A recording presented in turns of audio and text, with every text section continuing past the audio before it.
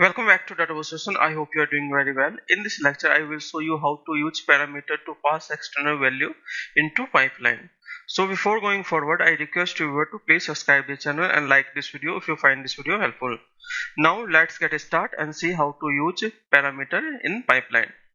So I am in the home page of Microsoft Fabric. Let's go to workspace.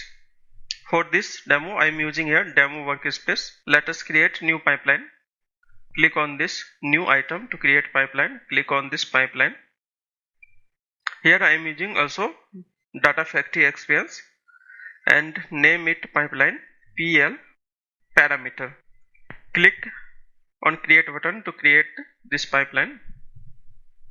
Let's go to activity tab and use here lookup activity for parameter demo. So we already talked about lookup activity in previous video, so that is easy to understand parameter. So let's name it this general tab parameter demo. Activity state should be activated, and let's go to setting tab. Let's select here connection. For this demo I am using here demo lakehouse, and root here we use table, and let us configure table connection as a add dynamic content. So let's click on this dynamic content, and you can see here parameter option. We have option to define parameter, so let's click on this plus icon to create new parameter. Name it P for prefix of parameter, and let's use here table name. Let's also write here underscore, and this is the data type of value of this parameter. So this should be a string, integer, float, boolean, array, or an object. So let's select here string value because table name is string, and default value leave it for now, and click on save button.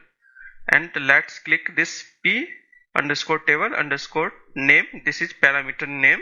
Click on this OK button, and you can see here this is the pipeline variable. Okay, so let's click on OK, and now you can see here parameter is defined, and this is dynamic. We can use to pass value during running of this pipeline.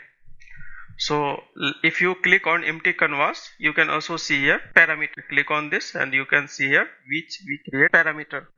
You can also create from here by clicking on new button, and you can define new parameter. For now, delete this and go to home tab, save this pipeline and run this pipeline. And then during running, pipeline parameter is asking for value. So let's give here value of demo lakehouse. Let's me click cancel now, and you can see here we have a table called TVL city bike. So let's use this table name city bike, and again go to PL parameter and again run this. Now asking for value of parameter, so give here PL TVL city bike. Click OK. Now this pipeline is running.